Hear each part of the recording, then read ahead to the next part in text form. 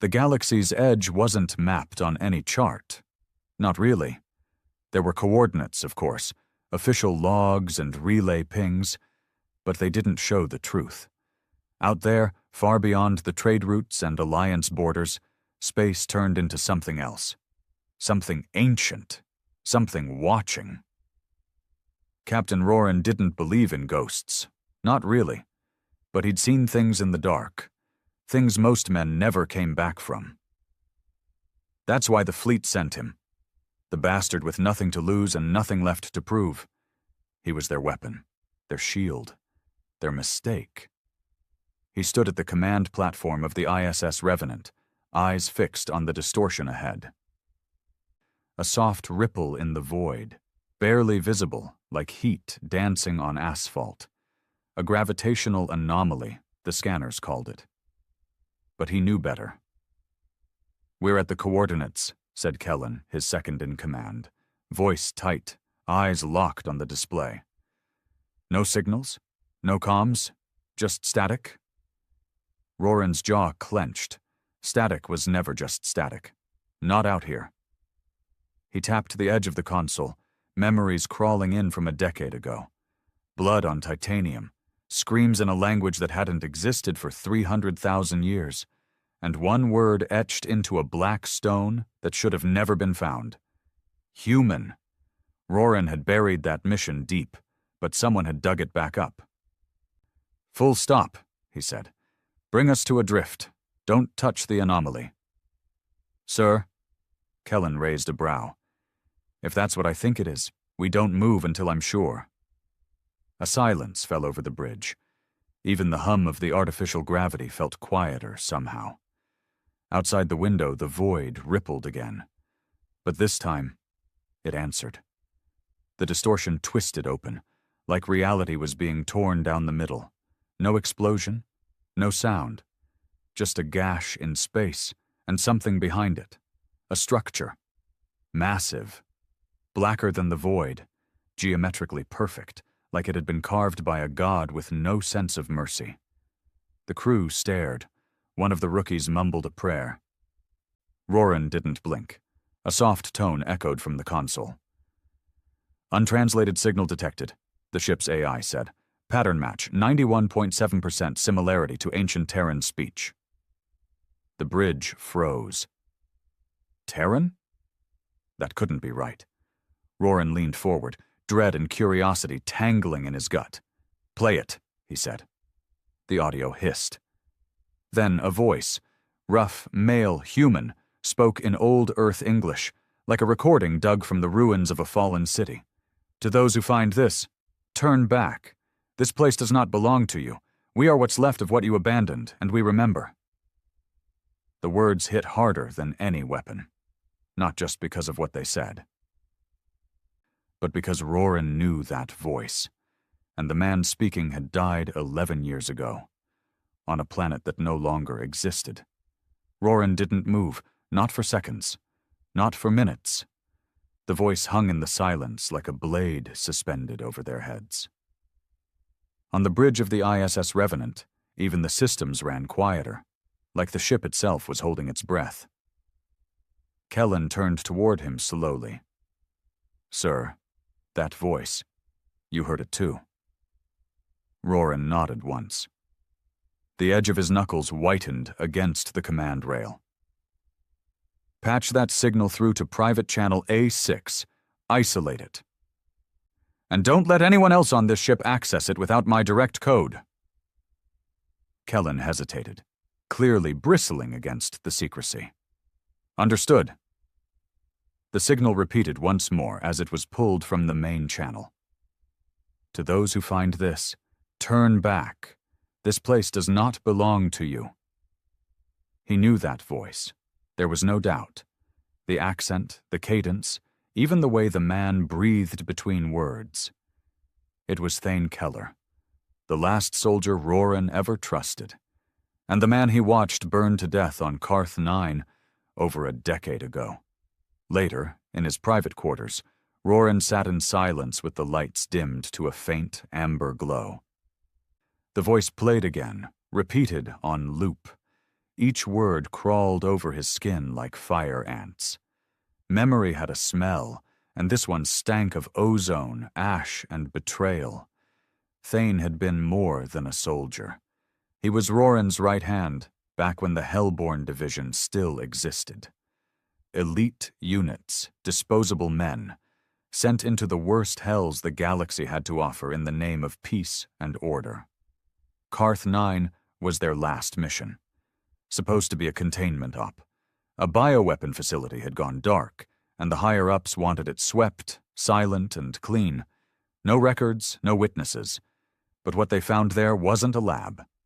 It was a tomb. And whatever the corpses had been working on, it wasn't made by human hands. They were ordered to destroy the site, to leave no trace. And when Thane refused to follow that order, to preserve what they'd found, Roran did what soldiers do. He pulled the trigger. Except now, it seemed the bastard never died. Back on the bridge, tension was rising. The crew felt it. The silence, the anomaly, the message. "This is a ghost trap," said Eric, the ship's nav tech. She was pale and young, barely 30, still too soft to handle the cold edges of the void. "A psychological weapon, maybe. The voice. The signal. It's meant to destabilize us." "Voice recognition confirms it's human," Kellen replied. "And I cross-referenced the biometric patterns. The match isn't just similar. It's identical to Thane Keller, Hellborn Lieutenant, presumed KIA on Carth 9. "Presumed," Eric muttered. "That's military code for, we never found the body." Kellen turned to Roran. "What are your orders, sir?" Roran stared at the structure beyond the rip. It hovered like a monolith in the stars, motionless, perfect, wrong. "Prep the drop team," he said. 5 members, no drones, no remote scans. We go in clean. Kellen's eyes narrowed. "You're going down there?" "Personally?" "I have to," Roran said, low and final. "He was my friend." The dropship hissed as it detached from the Revenant, cutting through the fold in space like a blade through silk. Roran sat at the front, armored up in an older model exosuit. No nanofiber, no AI link, no smart sensors. Just weight, steel, and instinct. The others came silently. Kellen, Eirik, and 2 Marines, Tass and Vorn. They knew better than to speak. The moment demanded silence. As they passed through the anomaly, everything changed. No sensors worked. Gravity twisted, not violently, but subtly. Like the laws of physics were watching them but hadn't decided what rules to enforce. The structure wasn't attached to anything. It hung in a void of its own making, like a scar on the fabric of the universe. "Touchdown in 2, Eric called out. Her voice cracked. Roran didn't respond. He was already hearing footsteps in the back of his mind. Echoes. Ghosts. They landed. The hangar bay, if it could even be called that, opened like an iris without light or sound. The metal beneath them pulsed faintly, like it was breathing. No lights, no welcome, just darkness and gravity, artificial and suffocating. "Power readings are off the scale," Vorn muttered, checking his portable meter. "But no heat, no radiation, no electromagnetic field. It's like, this place shouldn't exist." "It doesn't," Roran said. "Not in any universe we've mapped." They moved inward, guns raised, suits sealed. The walls were smooth, seamless, not constructed but grown. Every corner perfect, every surface clean, too clean. Not a trace of dust or damage. Symbols appeared faintly on the walls as they passed.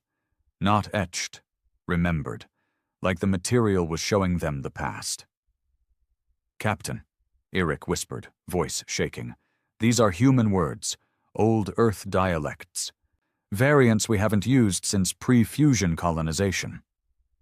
The words flickered. Abandonment, resurrection, punishment. They reached the core chamber, a massive rotunda with no roof, just open void above, and in the center, a figure, suspended, arms spread, head down, human, or once human. Thane Keller. His skin was pale, stretched. Veins glowed faintly beneath the surface, like something unnatural was keeping him alive. No wires, no machines, just willing force. Roran stepped forward, ignoring the calls from behind. He approached until he could hear the breath. Slow, deep, and then the eyes opened. Blue, clear, human, and filled with rage. "You came," Thane said, voice raw, cracking. "Took you long enough." Roran stared at him, his mouth dry. "What are you?" "What you left behind," Thane said, and then, without warning, the structure shifted. The walls began to pulse, revealing images, moments, memories. Roran saw Earth, burning. He saw colonies wiped clean, not by war, but by orders. He saw children experimented on in zero-G chambers, artificial evolution programs. And then he saw Thane, shot and bleeding, crawling toward a stone artifact deep beneath Carth 9's surface. And as he touched it, something entered him, or woke inside him. He screamed, and the screen went black. "You shouldn't be alive," Roran whispered. "And yet," Thane hissed, voice venom now, "here I am. Do you even know what they buried on Carth 9? What they tried to erase?" Roran stepped back. "We were told, you were told lies," Thane spat. "But you believed them. You pulled the trigger like a good soldier. You erased your friend for protocol." There was no defense. He had. "They used me," Thane continued. "Turned my body into a bridge, my mind into a door. And through me, they sent memories. Not from the past, but from before the galaxy. Before time." "What are you saying?" "I remember what we were," Thane growled. "Before evolution. Before biology. Before we fell." A silence stretched. Not metaphorical. Actual silence. No ambient sound, no heartbeat, no breathing. Then, Thane's voice returned. But it wasn't just his anymore. "We were gods, Roran, and they made us forget." The walls erupted into color. The room became a galaxy, a swirling map of stars and time. And in it, Roran saw the truth. Humanity had existed before the stars, before flesh, before memory. They had been builders, shapers, fire givers. But something had gone wrong. They had become afraid of what they were. And so, in an act of mercy or punishment, they erased themselves. They became flesh. They became weak. They forgot. And now, they were being remembered. Thane's voice, calmer now, echoed through the chamber. "You think this galaxy belongs to the Zenthari? To the Grand Accord? To the Senate? No. This galaxy was shaped by us, long before time had language, and now it remembers." Roran swallowed hard. "Why call us here?" Thane smiled. "To choose." He raised one hand, and a ripple tore through the structure.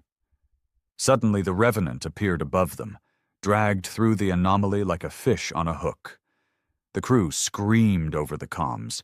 Lights flickered. Systems crashed. "You can leave," Thane said. "Take your crew. Go back. Pretend you never saw this, or—" He extended his hand. "You can awaken, and burn the heavens with me."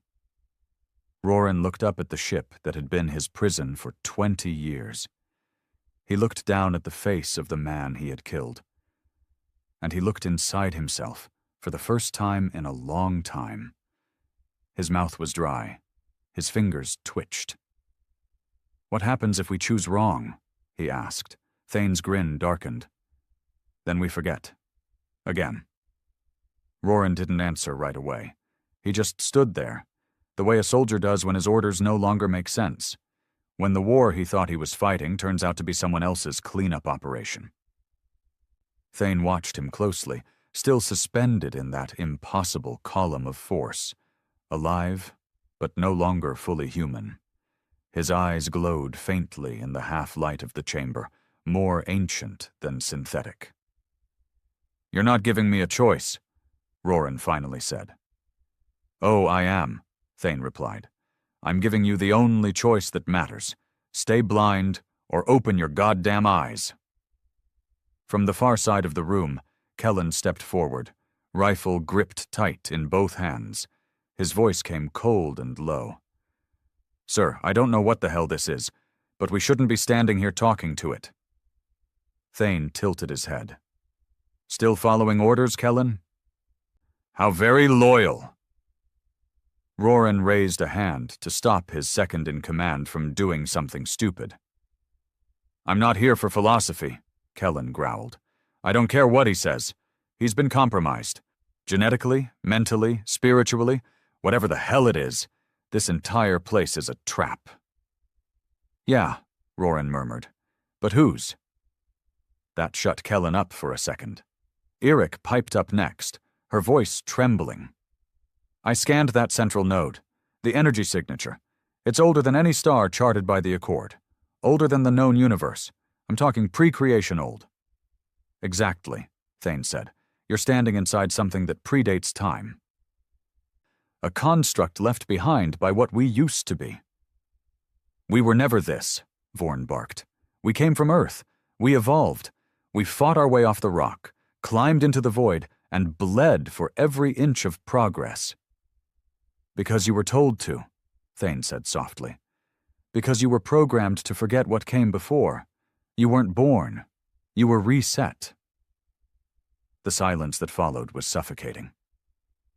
Roran stepped closer again, looking up into Thane's face. You said we used to be gods, that we made this galaxy. We did. And then we gave it all up? We had to, Thane whispered.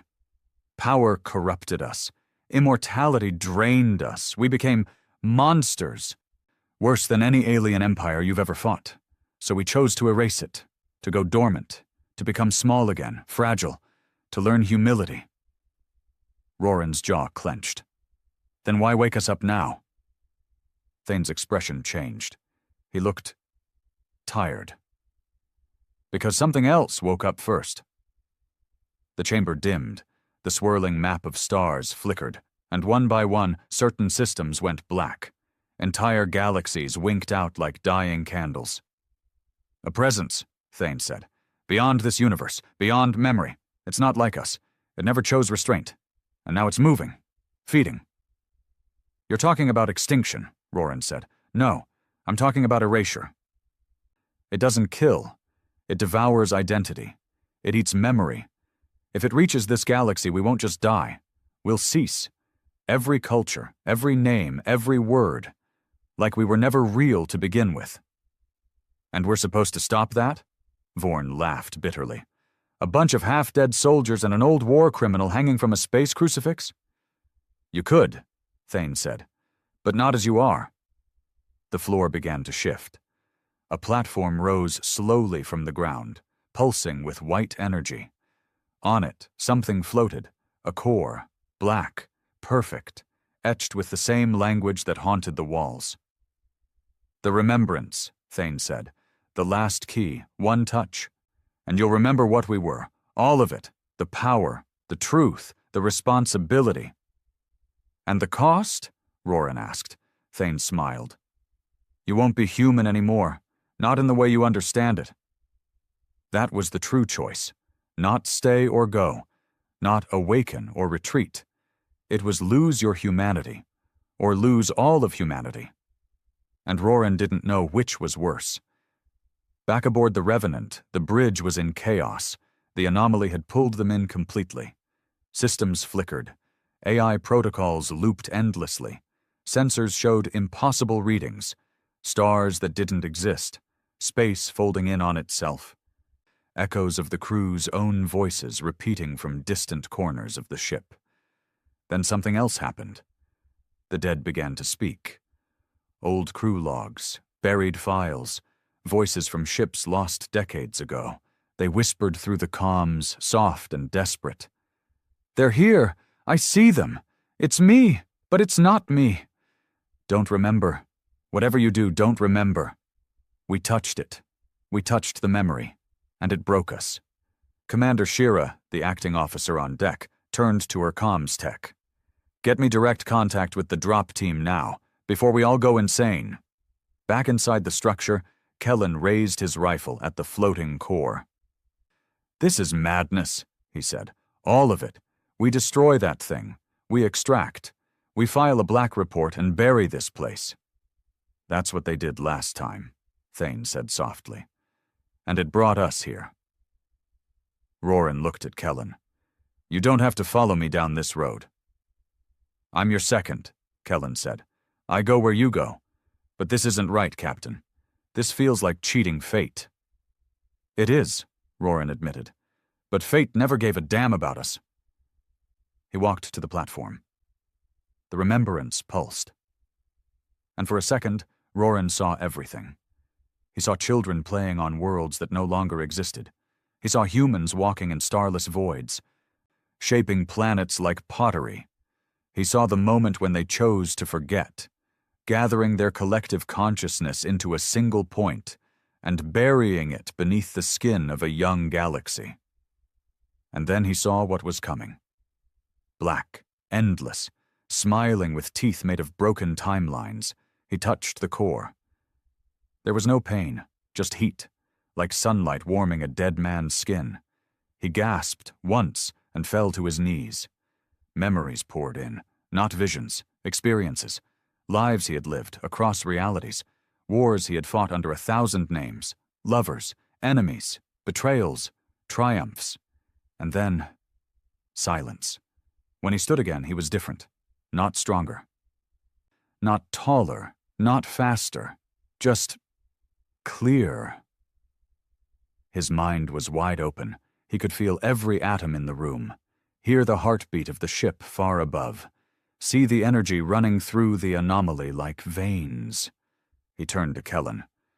"We were wrong about everything." "Captain."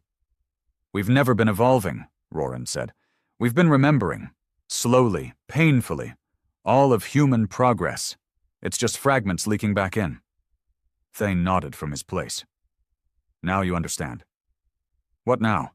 Eric asked, almost whispering. Roran looked up. The anomaly above them was changing. Dark veins pulsed across it now, spreading, warping. The thing Thane warned about, it was approaching, not fast, not loud, but inevitable, like decay. "We're not enough," Roran said. "One memory isn't enough." "There are more cores," Thane said, "scattered across the edge. Each one holds part of what we were. We were too powerful to hold in one place. We gather them. We become who we were meant to be." Kellen still looked skeptical. "And then what? We fight this, whatever it is?" "No," Roran said. "We warn it. We let it feel what it's walking into." Then he did something no one expected. He looked at Thane and forgave him. With a single gesture, he reached up and pressed a command on his wrist. The containment field around Thane broke. The man, if he could still be called that, collapsed forward, breathing hard, but alive. Roran helped him to his feet. "We've got work to do," he said. Back aboard the Revenant, everything changed the moment Roran returned. The AI calmed. The strange echoes stopped. The ship stabilized. The crew stared as he walked onto the bridge. His presence different now. Not glowing, not godlike, but grounded, focused. "Plot a course," he told Shira. "There are other cores out there." "And if Command intercepts us?" she asked. "We're not answering to them anymore." He turned toward the stars. "We're answering to what we used to be." They called it the first silence. It began as a dimming star. A routine scan pinged it. A binary system just outside the Andros reach, healthy, stable, blinked out in less than a second. No nova, no gravitational ripple, just gone, as if someone had snuffed the stars out between their fingers. The data arrived in fragments, scrambled by interference no one could trace. Sensor logs stuttered. Time codes looped. All that remained was a final message from an old exploration satellite. Just 3 words. I forget myself. The words sent a chill down every spine aboard the Revenant, even Roran's. They were 2 days out from the next Remembrance Corps, navigating through a dying sector once known as Sector Lume 4. It wasn't marked on many maps anymore, just a barren sweep of broken moons and dead colonies stripped by war or bureaucracy. But somewhere inside it, buried in the wreckage of what used to be Colony Saran, the next Corps waited. Or so Thane believed. The Corps here was buried deliberately, he explained in the war room. This one holds more than memory. It holds judgment. What does that mean? Kellen asked, arms crossed, watching Thane like a loaded weapon. It means the person who touches it won't just remember what we were, Thane said. They'll remember the decisions we made, the consequences. You sure you're not just stringing us along for a suicide run? Kellen asked. Roran shot him a look, tired but sharp. Kellen held his ground. You forgave him too fast, Captain. No such thing, Roran said. You're either still bleeding, or you've already healed, and I'm not bleeding anymore. Colony Saran looked like hell had exploded and forgotten to clean up. The dropship touched down amid a field of twisted steel and sun-bleached bones. Towers lay on their sides like fallen gods, walls melted from orbital fire. No vegetation, no animals, just silence, and that gnawing emptiness of a place everyone had tried to forget. Why would a Remembrance Corps be here? Eric asked, voice filtered through her helmet. Because Saran was a betrayal site, Thane replied. One of the places where we, our ancient selves, decided the cost of remembering was too high. So we buried the truth, under fire, under rubble, under guilt. And now we dig it up? She said bitterly. We don't have a choice, Roran said. He could feel it, deep under the surface, something calling to him. Like the Corps was remembering him, even before he remembered it. They moved into the ruins, scanning the deeper levels with manual gear. Anything electronic shorted within 30 seconds. The closer they got to the source, the less reality made sense. Shadows didn't align. Distance warped. They'd take 5 steps and end up 10 meters behind where they started. I'm getting spatial redundancy, Eric muttered. This place is looping itself. It's the Corps' defense, Thane said. It doesn't want to be found unless the Seeker is worthy. Worthy of what? Vorn growled. Of facing what we did. They found the chamber buried beneath the old cathedral, the only building still partially standing. It was circular, ancient, and filled with half-buried statues. Not art, not decoration, people, human, preserved in perfect detail. Some were weeping, others screaming. One had his hands raised in prayer, his eyes gouged out. What the hell is this? Kellen whispered. Roran stepped forward. They're memory shells, copies of people who touched the Corps, but weren't ready. They look alive, Eric said, horrified. They are, Thane replied grimly. In a way. Frozen in the moment they remembered what they couldn't forgive. Roran ignored the others, his eyes locked on the pedestal in the center. And on it, hovering just above the surface, was the second Remembrance Corps. It pulsed red, not white like the last, angrier, heavier. He stepped toward it, breath slowing. Captain, Kellen warned, raising a hand. We don't know what this one does. I do, Roran said. He reached out and touched it.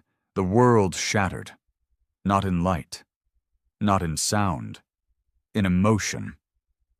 Roran collapsed to his knees as 1,000 years of guilt poured into him like boiling oil. He screamed. The kind of scream that cracked ribs and blood vessels, the kind that clawed at the soul. He saw a child standing alone on a burnt world, watching as an ancient version of himself gave the order to sterilize the planet. No survivors, no legacy. He saw his face ordering mass memory purges from orbit. Worlds that had begun to remember themselves, erased before the infection spread. He saw the Fear Council, a governing body of old humanity, deciding the truth was more dangerous than death. And he had sat among them. He had voted yes.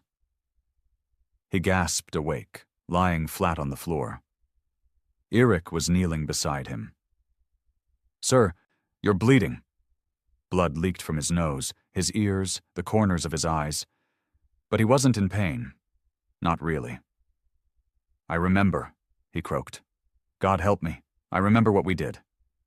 Kellen crouched nearby, gun still raised. "Tell me it was worth it." Roran met his eyes. "We were tyrants, Kellen. Beautiful, brilliant tyrants who decided truth was too dangerous for children. So we made ourselves children. And now..." He looked down at his own trembling hands.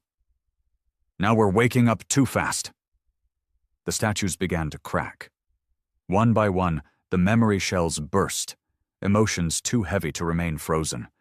The chamber trembled as energy surged from the core, stabilizing only when Roran stood fully, holding the knowledge like a flame that couldn't go out. Thane stood nearby, nodding faintly. "Now you understand." "I understand we deserve to lose," Roran said bitterly. "No," Thane replied. "We deserve the chance to atone." Roran turned toward the team. "We gather the next core, and the next. We don't stop, because if that thing out there finds us before we're whole, we won't even get to regret it," Kellen finished. Back on the Revenant, things had gotten worse. The second silence had begun. This time it wasn't a star. It was a fleet.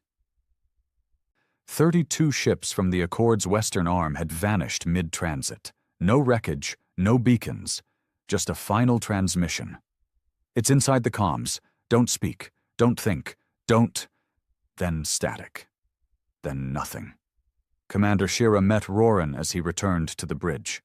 She looked pale, hands shaking. "Sir, Command is demanding answers. You've gone dark for 72 hours. Half the quadrant thinks you've defected." "I have," Roran said. "What?" He stepped past her, gaze set on the star map. "We're not soldiers anymore. We're witnesses." "To what?" "To the return of what we buried." He keyed in the next set of coordinates. "Plot course to sector N7 Theta.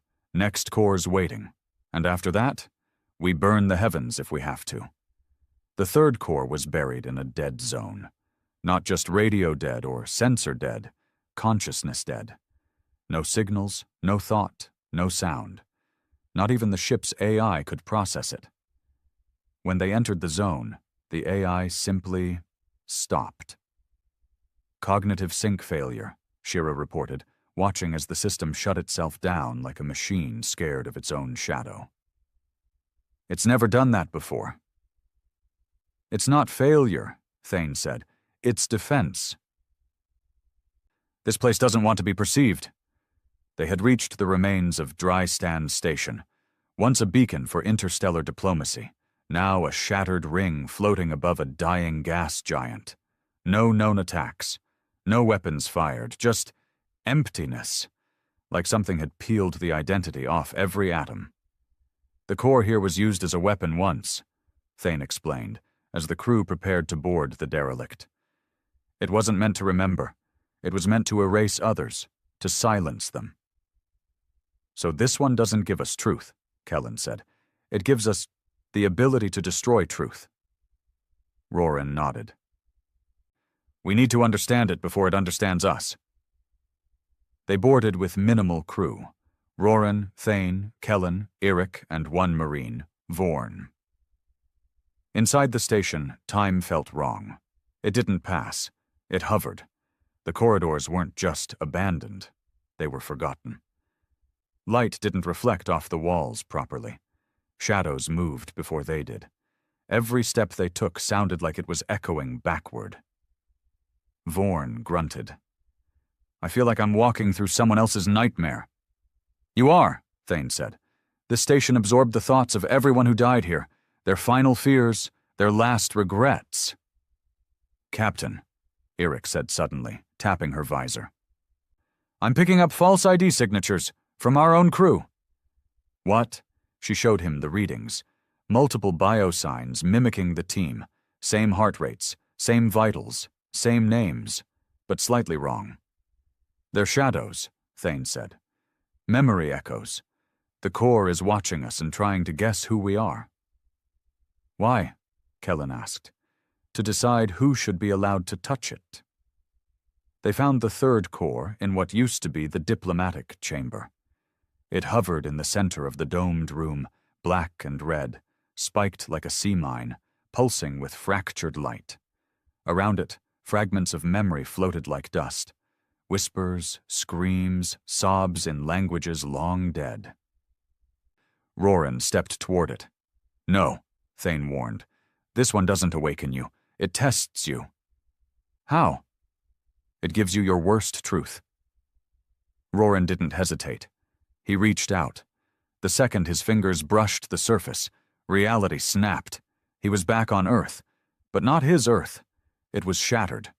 Dark skies, cities in ruin, humans screaming in agony while creatures of light and thought drifted through them, erasing names, histories, entire bloodlines. He was alone, naked, powerless, hunted, and then he saw himself, or rather, a version of himself, draped in armor made of memory, wielding the third core like a staff, cold-eyed, merciless. Purging every trace of resistance, he watched as this other him killed children, old men, anyone who refused to forget. And the worst part? They begged to remember, even as they died. You did this, the vision said. You became what you feared. You were the erasure. You were the final judgment. Roran screamed and dropped to his knees, gasping as the memory shattered around him. The others stared. He had only touched the core for 5 seconds. But to him, it felt like a lifetime of genocide. I saw what we became, he choked. The core showed me. When we tried to use memory as a weapon, we lost ourselves. Thane nodded grimly. That's why this one was locked away. It teaches humility, not power. Kellen's jaw was tight. I'm starting to think the past should have stayed buried. We don't get that luxury, Roran snapped. Not when that thing out there is getting closer. The moment they removed the core from its place, the station groaned. Then it began to unravel. Literally. Walls turned to vapor. Lights peeled back like paint. The floor beneath them lost texture, as if the station was being unbuilt in real time. Move! Roran yelled. They sprinted for the shuttle. Reality warped behind them. The halls folded into one another. Eric screamed as her suit began displaying false locations, claiming she was outside the ship, on a different deck in vacuum. Focus on your heartbeat, Thane barked. Your true self, anchor to it. They made it, barely. The shuttle blasted out just as the entire station imploded inward, vanishing with a faint sound like a sigh. Back on the Revenant, the crew felt different, heavier, quieter, and fractured. That night, in the ship's lower deck, 2 Marines fought. One accused the other of being a memory shadow, a delusion. They beat each other bloody before Roran intervened. And it didn't stop there. Crew began questioning reality. A quarter of them filed for mental stabilization. The doctor locked herself in the infirmary and refused to speak. One engineer tried to eject himself into space, claiming he remembered building the ship before he was born. It was spreading. The cores weren't just remembering for humanity. They were waking it up too fast. Kellen confronted Roran in the observation deck. You're breaking them. I'm not trying to. Doesn't matter. They're cracking. We're all cracking. Even you. Roran didn't answer. Kellen stepped closer. Do you even remember who you were before this? Yes. And? I was a tool. A soldier who didn't ask questions. A murderer with medals. I'm not proud of it. Kellen's voice lowered. That's not what I asked. Roran turned slowly. I remember being a father, he said. She was 3 years old, hair like mine, eyes like her mother. I remember forgetting her after Carth 9.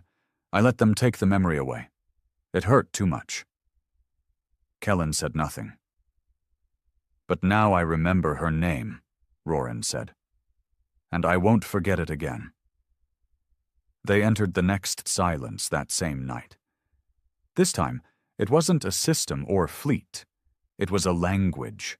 Across 5 colonies, an entire dialect vanished, gone from records, from minds, from DNA. Thousands of people began to scream at once as they realized they couldn't explain who they were. They couldn't remember their family names, couldn't read old books, couldn't understand themselves. They died, curled into fetal positions, alone in a crowd. The erasure was accelerating. Roran gathered the senior crew. We need the 4th Core, he said. It's on the edge of the galactic divide, beyond mapped space, buried in a structure we left behind during the first purge. Thane looked alarmed. You want to go to Vastravale? Yes. That place was sealed for a reason. Everything was sealed for a reason, Roran snapped. We can't afford to avoid the ugly parts anymore. If we don't finish this, there won't be anyone left to save. He looked around the room. I know you're afraid. I know you're cracking. So am I. But this isn't about survival anymore. It's about earning the right to survive. Vastravale wasn't on any map. Not officially. It existed only in the Black Vaults, access-restricted archives buried under military encryption so old and raw it didn't even use code. It used emotion. Grief signatures. Fear thresholds. The data would only unlock if you had suffered enough to survive what it held. Roran had. After the 3rd Core, the ship's systems bent to his will without protest. He'd become something the Revenant didn't know how to classify. Not a man, not a god, but a memory waking up in real time. He fed the key into the nav system manually, blood from his own palm used to trigger the final verification. The ship lurched, then it turned. And no one said a word. Eric stood beside him in the command pit, eyes locked on the swirling black mist that appeared on the forward screen as they approached the outer edge of Vastravale. We're not in space anymore, she whispered. Not quite, Roran said. We're in a scar.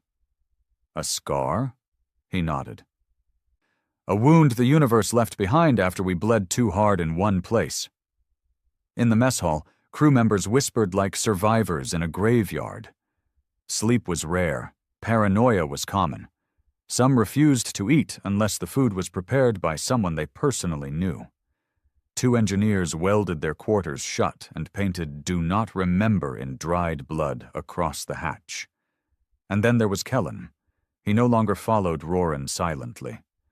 Now he stared openly, suspicious, grim, half loyal, half ready to pull the trigger.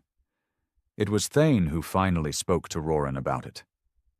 Men like Kellen don't fear death, he said, meeting Roran in the dark of the observation deck. They fear being wrong. I don't want him to follow me blindly, Roran replied. I want him to follow because he understands.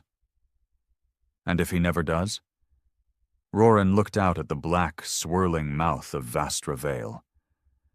Then he'll have to decide what part of him is worth keeping. They crossed the veil 2 hours later.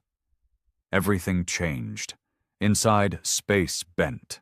Stars stretched like teeth. Shadows moved independently.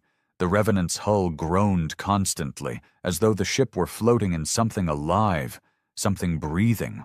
The ship's AI shut down entirely, not corrupted, not hijacked. It chose to go silent, as if remembering what lay ahead made it afraid. The 4th Remembrance Core wasn't hidden. It floated in orbit above a planet made of bones. Literally, white, fossilized structures the size of continents, skeletons of ancient leviathans, and buried among them, long metallic spires, weapons, buildings, cities, all shaped by human hands, but not modern human hands. These were crafted with thought, with intention, with the kind of power that made or unmade civilizations with a whisper. This was the origin site, Thane said, voice hushed. The place we first remembered ourselves. And the place we sealed it all away again. Why? Eric asked, trembling. Thane pointed to the planet below. Because we remembered too fast, and we didn't survive it. They descended in silence, only Roran, Kellen, Eric, and Thane. Vorn stayed behind with a plasma rifle pointed at the escape shuttle. If you're not back in 6 hours, he said, I'm nuking the site from orbit. Roran didn't argue. He would have given the same order. The planet was dead, but not quiet. As they moved through the husks of cities and bones, they heard things, whispers in their own voices, saying things they'd never said. Childhood regrets, old sins, forgotten names of lovers and mothers and sons. The wind carried familiarity, not weather, not temperature, just remembrance. By the time they reached the core, none of them were speaking. The fourth core floated above a black obelisk etched with phrases no one had taught them, but they could all read them. We tried to hold the universe in our hands, and when it shattered, we called it progress. Roran stepped forward, slowly, like a man approaching the altar of a god he once killed. Thane stopped him. This core is different. How? It doesn't unlock anything. Roran stared at him. Then what's it for? Thane met his eyes. It asks a question, one only the worthy can answer. Roran reached out, and the world stopped. He stood in a mirror, not a room, not a memory. A mirror, infinite in all directions. Every reflection was him, but none of them were the same. Some wore armor, some wore crowns. One was on his knees, blood on his hands. Another stood atop a pyramid of skulls, arms raised like a prophet. Each Roran was a path, a life he could have lived, or already had. And then the voice came. Who are you without memory? It wasn't judgmental. It was curious and crushing. He tried to speak, tried to say his name, his rank, his guilt, but none of it worked. The mirror demanded more. It wanted his essence, and finally he gave it. I am the one who chose to remember even when it hurt. The mirrors shattered, and the core turned white. When he opened his eyes, he was lying on the ground, gasping. Eric helped him up. You were gone for hours. No, Thane said. He was gone for seconds. Kellen stared at Roran. What happened? Roran looked up at the sky, where the Revenant drifted like a forgotten prayer. We're ready. They returned to the ship, but it wasn't the same. The ship's AI had come back online, but it no longer used words. It communicated through images, emotions. Smells from childhood, the sound of a mother's voice, the hum of a childhood streetlight. The AI had remembered it was once human thought made machine. The entire ship had woken up, and it spoke only to Roran. At the next briefing, half the crew refused to attend. 3 had taken their own lives. 1 tried to upload himself into the core, screaming that he wanted to live forever as memory. Another just disappeared. Not into a hatch, not into space, just gone, erased. No one remembered his name afterward. Kellen cornered Roran later in the engine bay, where memory heat radiated from the cores they had collected. This is killing them. I know. And you're still going to Vastra Prime? Roran turned slowly. We have 1 core left. Kellen's eyes were wild. And then what, Captain? We awaken the past fully? Invite it back in? You've seen what it does to people. They're not strong enough. Maybe none of us are. That doesn't matter anymore. What if you're the only one who survives it? Kellen asked. Roran didn't blink. Then I carry it alone. Kellen stepped back, disgusted. You're not saving humanity. You're replacing it. No, Roran said quietly. I'm restoring it. That night, the fifth silence arrived. Not a fleet. Not a planet. Not a language. It was hope. Hope itself disappeared. Across hundreds of worlds, people stopped dreaming. Literally. Their brains entered sleep. REM faded. But no dreams came. No thoughts. Just black, empty, static. And when they woke, they didn't believe in tomorrow. Birth rates collapsed. Revolutions started. Religions fell. And on one outpost, every child under 6 years old walked into the ocean and never looked back. Roran sat alone in the dark of the observation deck, staring at the stars. He knew what was happening. The enemy wasn't erasing the past anymore. It was erasing the future. He activated the engines. One core left. One memory left to awaken. And then, judgment. Not for the galaxy, not for the enemy, but for humanity itself. The crew was almost gone. Not physically. Most were still alive, breathing, technically functioning. But mentally, emotionally, spiritually, they were shadows. 28 officers had locked themselves in sealed rooms, refusing all contact. 9 more had taken vows of silence, cutting their own tongues or vocal implants to stop themselves from spreading the memory. 2 committed suicide by memory burn, injecting their neural cores with raw emotion pulses from the third core's emissions. Only a handful remained lucid. Eric, Vorn, Thane, and Kellen. But Kellen didn't look at Roran the same way anymore. Not like a man looks at a captain, more like a man staring at the last familiar face before everything becomes alien. The Revenant dropped out of fold space above Vastra Prime, the coordinates auto-injected by the 4th core. No one had to pilot it. The ship simply knew where to go. The planet filled the screen. It wasn't like the others. There were no ruins, no skeletons, no structures. It was perfectly spherical, covered in smooth obsidian black stone, its surface unbroken, like a thought that had never been spoken aloud. Is it even real? Eric asked. Yes, Roran said. It's real, but it's not a place. It's a mind. They descended. No shuttle, no suits. The ship opened its lower hull and lowered them, gently, as if placing them onto hallowed ground. It was just Roran, Kellen, Thane, and Eirik now. They landed without impact. The obsidian surface was warm, alive. It pulsed faintly with light, and where they walked, the stone shaped itself, forming stairs and pathways. Roran didn't flinch. His hand gripped the satchel that carried the 4 recovered cores. The 5th was here, somewhere, waiting for him to prove he was worthy to remember the rest. They walked for miles across a landscape that never changed, black, flat, endless. No sky, no sun, just existence. Then, suddenly, a structure rose from the surface. It didn't emerge. It didn't open. It formed, like thought becoming matter. A vast, triangular tower with a single doorway at its base. A symbol above it, burned into the stone. A human hand split down the center. "Welcome to the end," Thane whispered. Inside, the tower was empty, except for a single pedestal in the center of the chamber. On it sat the 5th remembrance core. But it was different from the others. Not glowing, not humming, not pulsing. It was still. Dead. Waiting. Roran approached it slowly. The others didn't follow. Kellen spoke, finally, voice flat. "Captain, don't do this."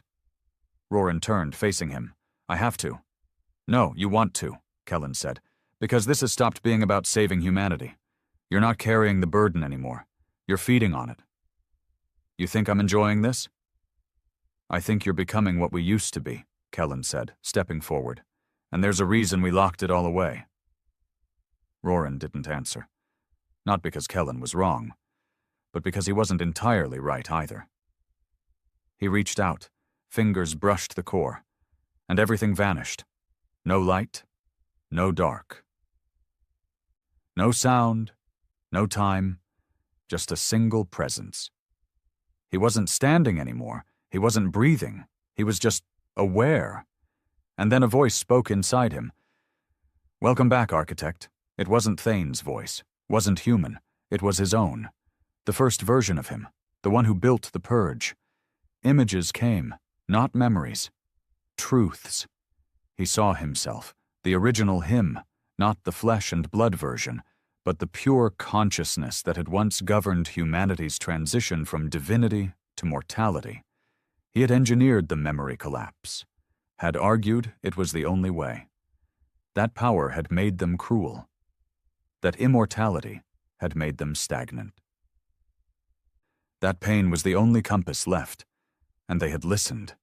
They called him the Architect of Silence, and he had watched as humanity tore itself apart to become small again. "You feared what we had become," the voice said. "You feared that power made us monsters. You were right, and you were wrong." He was shown the consequences of the purge. Entire star systems cut off from light. Civilizations that had evolved into madness, forgetting who they were every few generations, looping endlessly in cycles of rediscovery and loss. Humanity didn't learn humility. It learned shame. And the more it forgot, the more it hated itself. The galaxy they built became a cage. And now, that cage had grown weak enough for something else to come in. Roran dropped to his knees. Inside the memory, he sobbed, not for what he remembered, but for what he realized he still didn't understand. "Why show me this?" he whispered. "Why now?" "Because the choice has returned," the voice said. "Do we rise, or do we end?" "I don't want to be a god again," Roran said. "I don't want to wield that power." "Then choose not to," it answered. "But let those who can, those who must, remember enough to defend what you loved." The voice faded, and the fifth core ignited. Not with light, with song. Roran heard it, not in his ears, but in his bones, a melody of every moment he'd ever forgotten. His daughter's laugh, his father's last words, the taste of rain on his childhood planet, the whisper of his wife in sleep. He stood slowly and opened his eyes. The chamber was filled with light, but not from the core, from him. Roran glowed, no longer in a supernatural way, not like a weapon, but like a memory given flesh. Kellen stepped back, eyes wide. "What are you now?" Roran looked at his old friend, voice steady. "I'm not your captain anymore." "Then who are you?" "I'm the one who remembers," Roran said. "And I forgive us." The tower dissolved. The world lifted. And the Revenant, waiting in orbit, heard the song of the fifth core and woke fully. Every system pulsed with memory. Every crew member heard the truth in their own mind. Not all survived it. Some collapsed instantly, minds unable to take the full weight of what was returned. But others stood straighter, tears in their eyes, hands steady, ready. In the final silence, the erasure force revealed itself. Not as a ship, not as a species, but as a question. If no one remembers you, did you ever exist? It reached toward them, toward the ship, toward the heart of old humanity. But this time it met resistance, not weapons, not shields, but remembrance. Humanity, what little of it remained, stood tall, battered, and cracked, and said, "We were here, we are here, and we will be again." The void shifted. Not in space, not in time, in essence. The Revenant hovered on the edge of the galaxy's skin, beyond stars and stellar charts, alone where no light dared live. And then it came.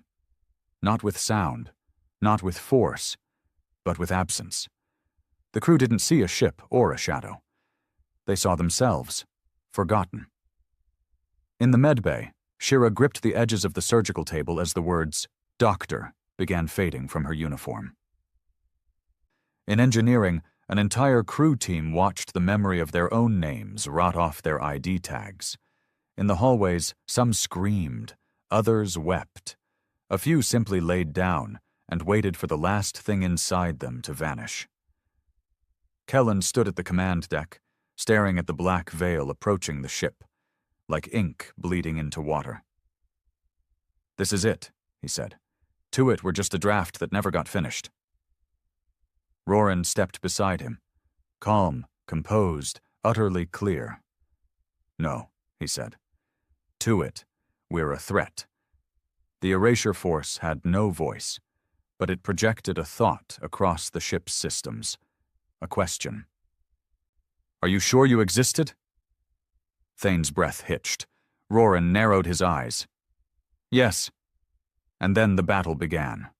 Not of missiles, not of plasma, not even of matter. This was a war of memory. The enemy reached in first, seeking weak spots. It didn't attack from the outside, it peeled from within. Lieutenant Vorn forgot his sister's name. Chief Krell forgot how to walk. 5 crewmen collapsed after losing the concept of friend. And then the bridge itself began to unmake. Consoles vanishing mid-use, walls turning to mist, even the stars outside flickering out like faulty bulbs. "We're not going to survive this," Eric said, voice cracking. Her hands trying to recalibrate a system that no longer remembered what gravity was. "We don't need to survive," Roran replied. "We need to remember." The 5 remembrance cores glowed behind him, locked into the ship's neural interface. Together they pulsed, like a heart trying to restart the body of an ancient god. Roran stepped into the center of the bridge and began to speak, not to the crew, not to the ship, to the galaxy, to the thing that was trying to erase it. "I remember Earth," he said aloud. His voice carried through every deck, every mind. "I remember standing in the rain outside a burned house and thinking my father would come back." The erasure force stuttered. A blink, a twitch. "I remember the taste of my daughter's breath when she fell asleep on my chest. I remember the last time I hesitated before pulling the trigger. I remember the mistake, the blood, the weight. I remember choosing to forget." The ship trembled. A scream, wordless, ancient, cut through every wall. The erasure didn't understand resistance through memory. It was used to people begging to forget pain, pleading for oblivion. But Roran clung to pain. He clung to love. He clung to every broken part of himself like armor. "I remember everything we lost," he said, louder now, "and I choose to keep it." The first counterattack came through the cores.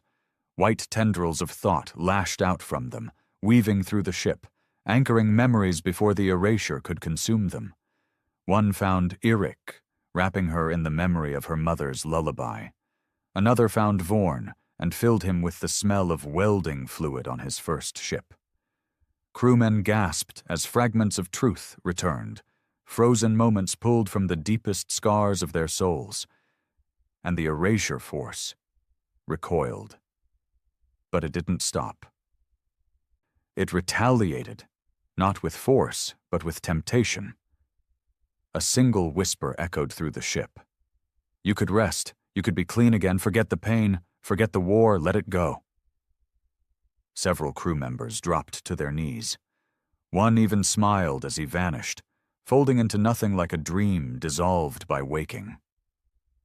Roran clenched his fists. "No more forgetting." The ship split its core banks open. All power was rerouted into memory projection. The Revenant was no longer a ship. It became a lighthouse.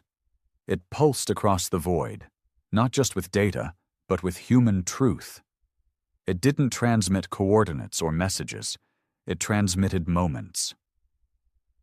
The first time someone kissed their wife, the last goodbye before a brother died in war, the smell of ash after losing a home, the desperate rage of rebellion, the raw, bloody birth of a child in zero-G.